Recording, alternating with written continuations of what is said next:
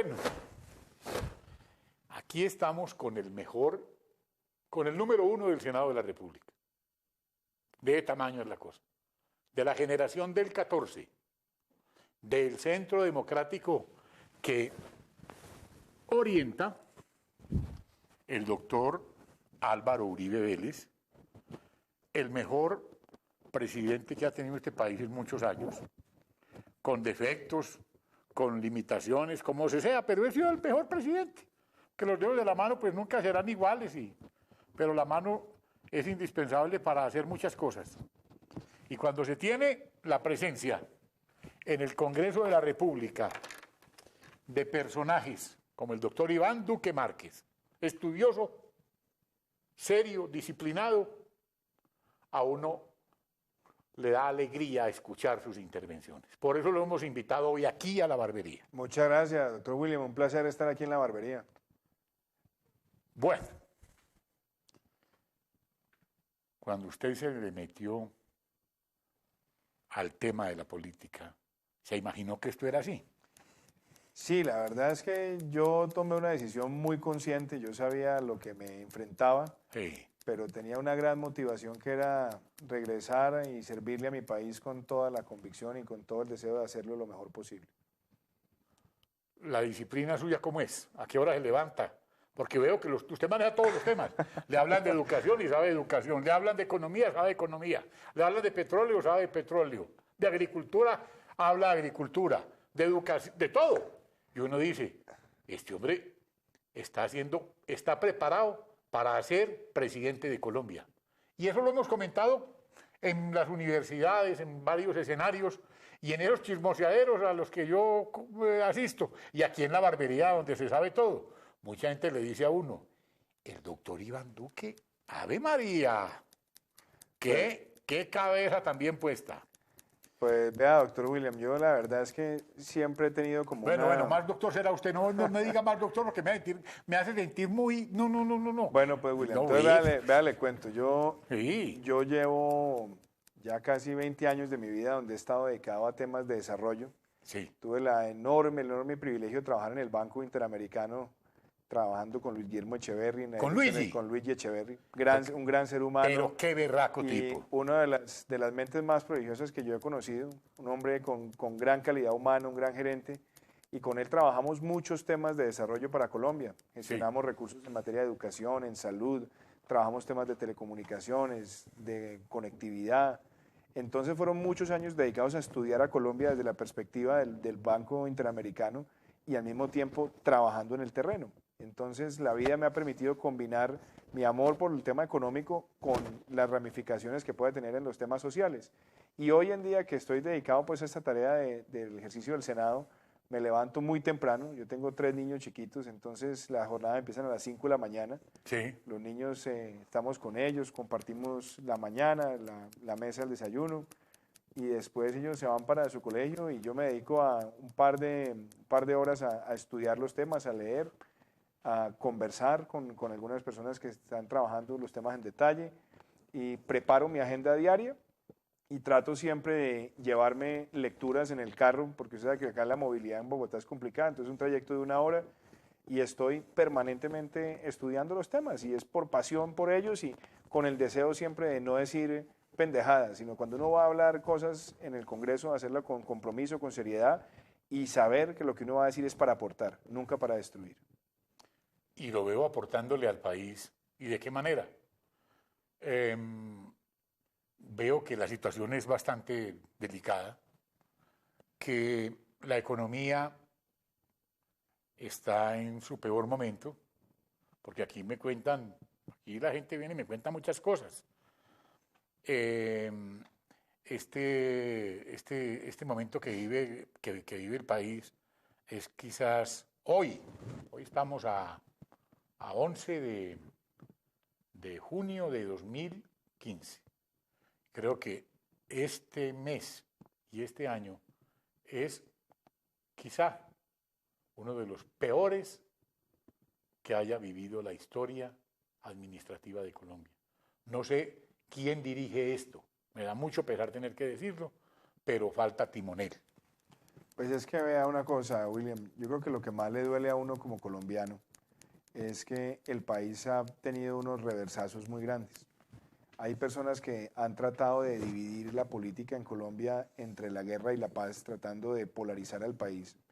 Y a la gente se le olvida que la seguridad democrática fue una política de paz, una paz entendida con imperio de la ley, una paz entendida con la recuperación de la seguridad y el ejercicio de las libertades. Imagínense que en el año 2002 cuántas personas que tenían una barbería como esta tenían que cerrarla a las 2, 3 de la tarde porque tenían el temor que podían llegar los grupos armados a extorsionarlos, a quitarles los recursos que tenían. Así es. Teníamos más de 350 municipios sin presencia de sus alcaldes en las cabeceras porque estaban amedrentados por el terrorismo. Y la política de seguridad democrática se concibió como un círculo virtuoso donde llegaba la presencia de la seguridad de la mano con la autoridad judicial y al mismo tiempo de la mano con los programas sociales del Estado. Esa recuperación de la seguridad nos permitió a los colombianos tener confianza, invertir, que se abrieran más negocios, que los colombianos pudieran tener certidumbre sobre el futuro inmediato. Y eso le permitió al país tener una recuperación económica grande, tener mejor recaudo y poder invertir en lo social. Entonces, hoy un gobierno que se dice gobierno de la paz, lo único que hemos visto en estos años desde que se anunció el proceso es que las FARC siguen atentando contra el pueblo colombiano inmisericordiamente. Lo del Putumayo, lo de hoy en el Caquetá, donde 16 municipios que viven en situaciones muy delicadas, sin luz, lo de Buenaventura hace 3 semanas, y la gente tiende a minimizar esas cosas. Lo de Tumaco. Eso es como, mire, lo de Buenaventura es como si mañana dejaran sin luz al puerto de Baltimore en los Estados Unidos o al puerto de Ámsterdam. Entonces, del puerto de Rotterdam, perdón. Entonces uno se pregunta, ¿qué le puede pasar a un país cuando se vuelve indolente e indiferente a esas cosas? Y uno siente que no hay un compromiso con la seguridad y que en medio de este proceso lo único que vemos todos los días es más violencia, más extorsión, más secuestro, más ataque contra la infraestructura. Y a eso agréguele la situación económica.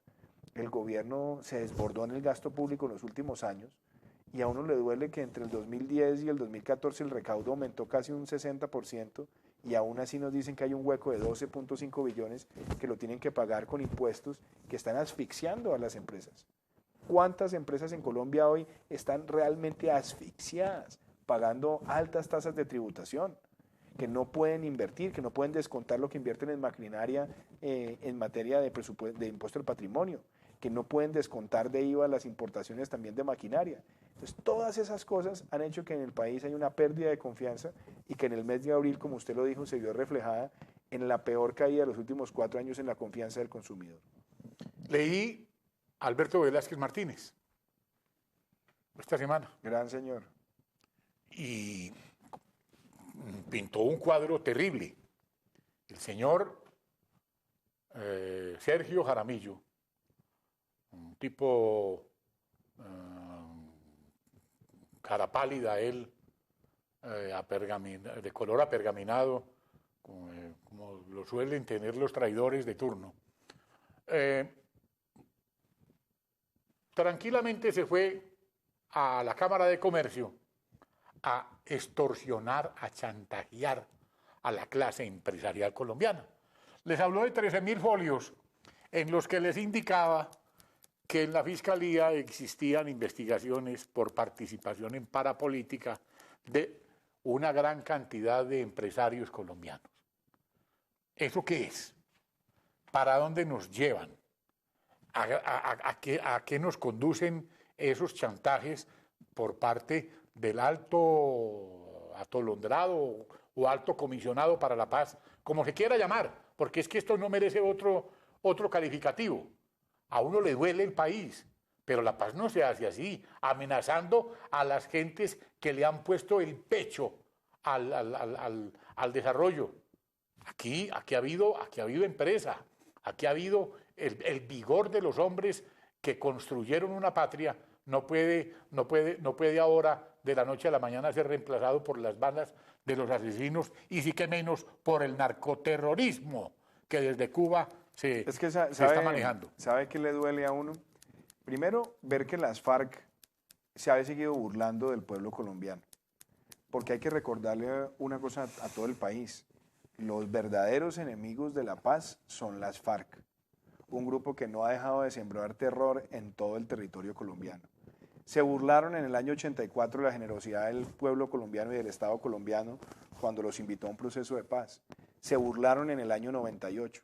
Se les hizo una oferta bastante generosa por parte de este gobierno hace 3 años para iniciar un proceso donde el presidente nos dijo que esto iba a durar meses, que iba a ser un proceso discreto, que iba a tener temas acotados y que iba a haber una refrendación de los acuerdos de carácter popular.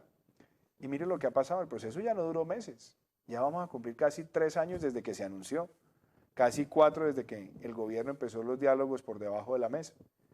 Básicamente el proceso no ha sido discreto, las FARC lo único que ha hecho es por fuera de la mesa ventilar todo tipo de acusaciones, de ataques, de amenazas al pueblo colombiano. Y para colmo de males, ahora no solamente no quieren refrendar los acuerdos, sino quieren una constituyente y adicionalmente quieren tener una comisión de la verdad que sea una sastrería donde se administre justicia a la medida de los intereses y las presiones de este grupo. Entonces uno se pregunta, ¿qué hace un país donde aprobamos leyes contra el feminicidio, contra el robo de alcantarillas, o donde aprobamos leyes contra la violación o el abuso de menores? ¿Y las FARC acaso no abusa de menores todos los días? ¿Cuántos muchachitos no tienen reclutados? ¿O acaso las FARC no atenta contra las mujeres? ¿O acaso las FARC no atenta contra la infraestructura? Y entonces ahora resulta que vamos a tener una justicia con 2 categorías, la justicia para el resto de los colombianos y la justicia para las FARC, donde los crímenes de lesa humanidad no van a tener sanción, donde no quieren entregar las armas sino dejarlas, donde no quieren someterse a la veeduría internacional, donde no quieren desmontar su aparato narcotraficante, donde no quieren adicionalmente decirle al país cuál es, cómo van a reparar a las víctimas con la extinción de dominio de todo ese dinero malsano producto de esa actividad ilegal. Entonces la sumatoria de todo eso es lo que hace que el pueblo colombiano hoy, en vez de decir cese al fuego, está diciendo cese al juego. O tenemos o no tenemos autoridad. Y tenemos un gobierno que está dispuesto a defender el interés colombiano o no. Porque el presidente dijo en Madrid, si las FARC llegan a hacer un atentado contra alguien importante, entonces suspendemos el proceso. ¿Y es que acaso no son importantes 11 militares en el Cauca? ¿O es que acaso no es importante la ciudad de Buenaventura, donde la dejaron a oscuras, cuántas familias vulnerables teniendo que ver sus neveras perdida toda la alimentación, no pudiendo refrigerar su comida? ¿O en el Caquetá hoy 16 municipios sin luz? Entonces yo creo que hoy lo que le pedimos al gobierno es que haya autoridad y que nos diga con claridad a los colombianos si vamos a tener una paz construida sobre la base del imperio de la ley o una paz que sea un contrato por adhesión a los intereses de las FARC. Mientras tanto, ellos están amparados ahora en un asilo en Nicaragua. Es un cuento que está regado por ahí. Yo lo que creo...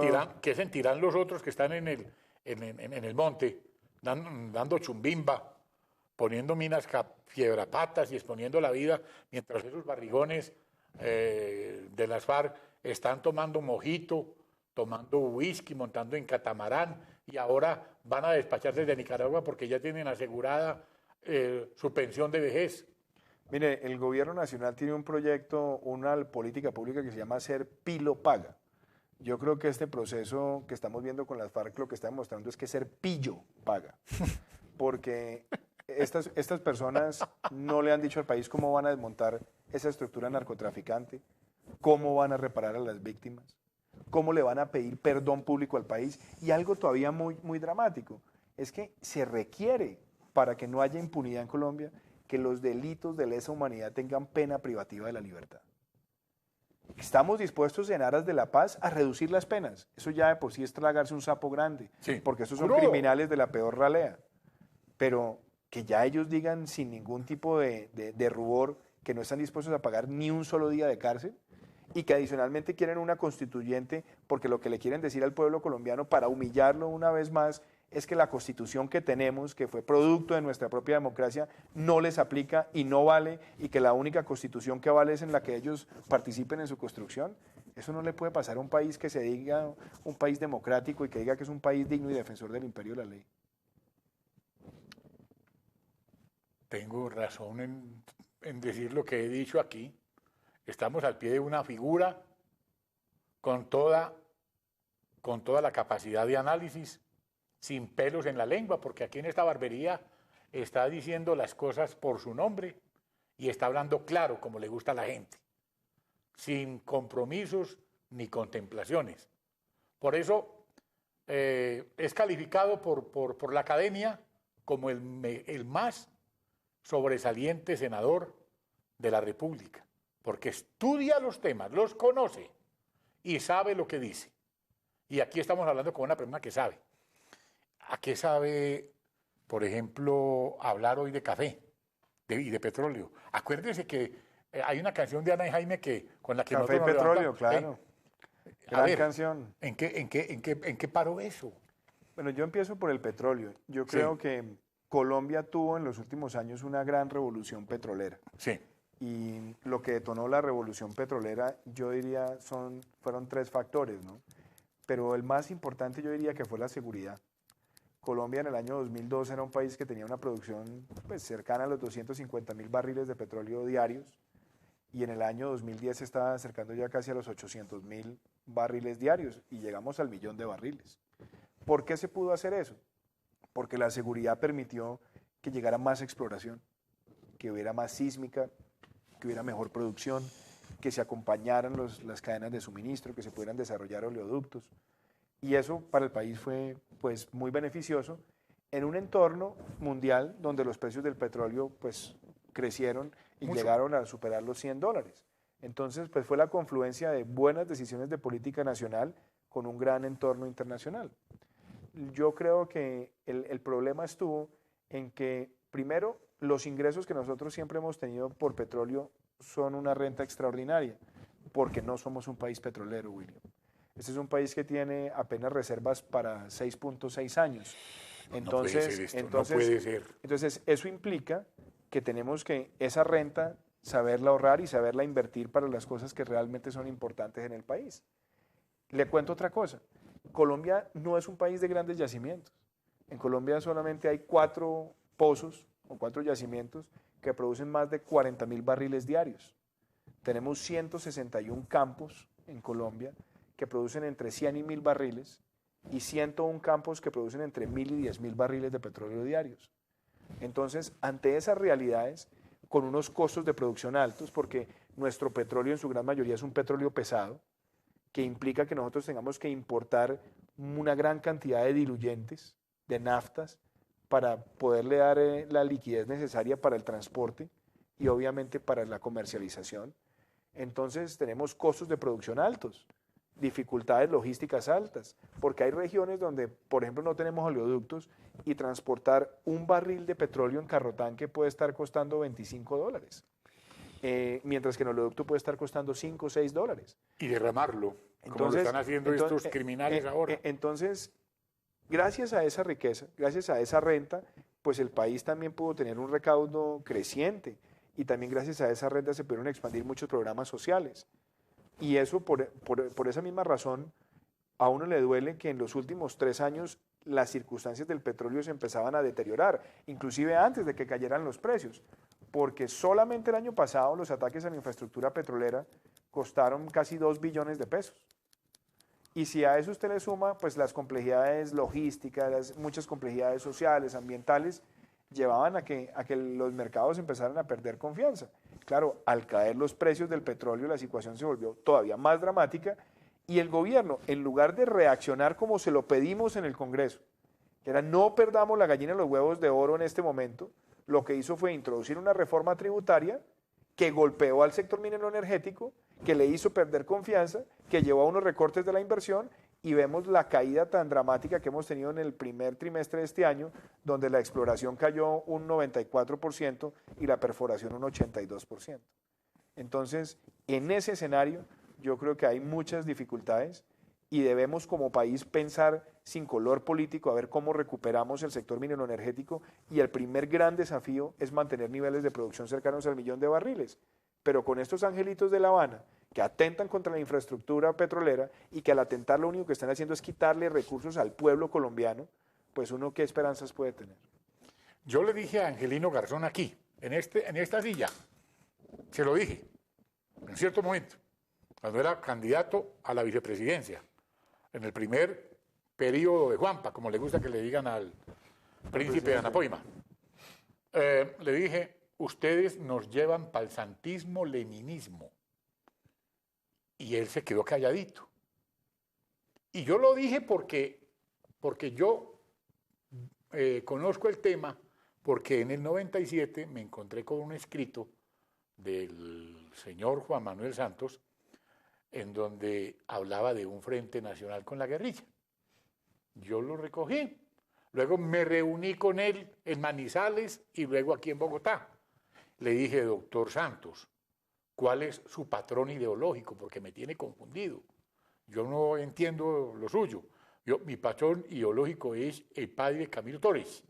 Yo me levanté al lado de él y él me enseñó muchas cosas. Y yo sigo las doctrinas del padre Camilo Torres de Estepo. Pues yo le cuento una cosa más divertida. A ver. Yo creo que este gobierno es marxista, pero no de Carlos Marx, sino de Groucho Marx, el humorista americano del siglo XX. Porque usted sabe qué decía Groucho Marx, William. Groucho Marx sabe cómo definía la política. Sí. Decía, la política es el arte de buscar problemas, Sí. encontrarse con ellos, hacer un diagnóstico falso y tomar las medidas equivocadas. Entonces, yo cada vez veo que la política económica de este gobierno se parece a esa definición de Groucho Marx de la política, porque el gobierno ha creado sus propios problemas, los enfrenta, hace diagnósticos equivocados y toma las medidas equivocadas, como pasó con la reforma tributaria. Este gobierno no ha tenido una política industrial. Llevamos 3 años donde la industria ha tenido un crecimiento lánguido. El año pasado la industria apenas decreció en el segundo, tercero y cuarto trimestre del año. Y entonces usted se pregunta, bueno, ¿el gobierno por qué tiene tan abandonados los industriales? Y le cuento cosas que le dan una tristeza. Por ejemplo, la ministra dijo en un debate que era que los industriales solamente iban a pedir protección. Y yo pregunto una cosa, ¿no pediría protección a alguien en un país donde el costo de energía para la industria en Colombia es 75% más cara que en Ecuador? 40% más cara que Perú, 40% más cara que en Estados Unidos, 40% más cara que Corea, que tiene que enfrentar 7.000 millones de dólares al año de contrabando, que tiene que enfrentar un tipo de cambio con incertidumbre en los últimos 4 años, que adicionalmente tiene una carga tributaria que es asfixiante, que adicionalmente tiene que pagar unos costos de transporte altísimos. ¿Sabe, por ejemplo, cuánto vale transportar un contenedor de Medellín a Bogotá? Vale casi cerca de $1.500. En un trayecto similar de 436 kilómetros entre el puerto de Veracruz y el Distrito Federal de México vale 436. Entonces, ante todas esas realidades, hacer industria en Colombia es como una carrera de obstáculos y el gobierno, en lugar de pensar, como lo hicieron otros países, que aprovechaban esa bonanza mineroenergética para desarrollar su industria y ser complementario al desarrollo industrial, aquí lo que vimos fue no solamente que nos bebimos lo del mercado, que nos gastamos esa renta extraordinaria mineroenergética, sino que, paso seguido, abandonamos al sector industrial y abandonamos al sector agropecuario. El agro está acabado, ¿no? Pues yo veo la situación del agro muy difícil por una sencilla razón, porque el gobierno es vergonzante cuando habla de agroindustria. Y yo creo que, y por eso es muy importante cuando nosotros hablamos del centro democrático, porque nuestro partido se basa en construir equilibrios democráticos en las políticas de Estado. En el caso del sector agropecuario, es muy importante proteger, acompañar, dotar bien al pequeño productor, pero al mismo tiempo en la otra mano fortalecer la agroindustria para que agroindustria y pequeño productor sean vigorosos juntos, que el uno no abuse del otro, que se complementen. Y ese ha sido el éxito de muchos países en América Latina que han tenido una política agropecuaria ejemplar. Yo quiero decirle una cosa. Yo hacía tiempo no invitaba a este sitio una persona que tuviese un conocimiento tan crudo e hiciese un diagnóstico tan real sobre la situación de nuestro país. Yo le ruego respetuosamente que vuelva. No, pues, porque es un placer a que usted venga acá y me afine la cabeza. No, porque me siento complacido, me siento feliz de poder llevarle este mensaje serio, responsable, respetuosísimo además, con sus contradictores, de parte del doctor Iván Duque Márquez. Oiga, William, pero no me habló de Gardel antes de que terminara. Bueno, Gardel, pues, ¿qué? A mí me gusta Cambalache. ¿Y a usted? Ajá, a mí me gusta Mano a Mano. Entonces, ¿cómo Pero es? Mano a Mano no era compuesta por él, el de Mano a Mano era otro Sí, compositor, pero Gardel la exacto. alcanzó a cantar en guitarra. Claro. Pero le voy a contar un cuento muy divertido. Sí. Usted sabe que una vez iba un antioqueño hacia Buenos Aires en un avión, iba al lado a la Argentina, un argentino, y el argentino entonces le dice al paisa, che, ¿vos de dónde sos? Y el paisa pues le dice, hombre, yo soy de Medellín. Y entonces le dice, Medellín, ese pueblito donde murió Gardel. Entonces el tipo se vio tan ofendido que le dijo, ¿cuál Gardel? Buenísimo, pero buenísimo. Y hablando de tangos, hablando de Enrique Santos, pero el otro, Santos Enrique Discépolo. Santos Discépolo. Que además definía el tango de la siguiente manera. Decía, Sí. el tango es un pensamiento triste que se baila. Es una frase muy linda del tango. Además le digo, yo soy de familia antioqueña. Pues obvio. Entonces yo crecí escuchando todas las letras del lunfardo.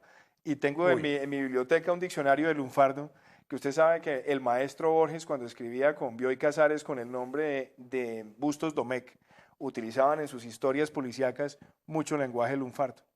Entonces ahí disfruté mucho Mi doctor, esa literatura. qué orgullo tenerlo No, aquí. muchas gracias, doctor William. Qué honor, de verdad. De verdad. Muchas gracias. No, señor. Muy-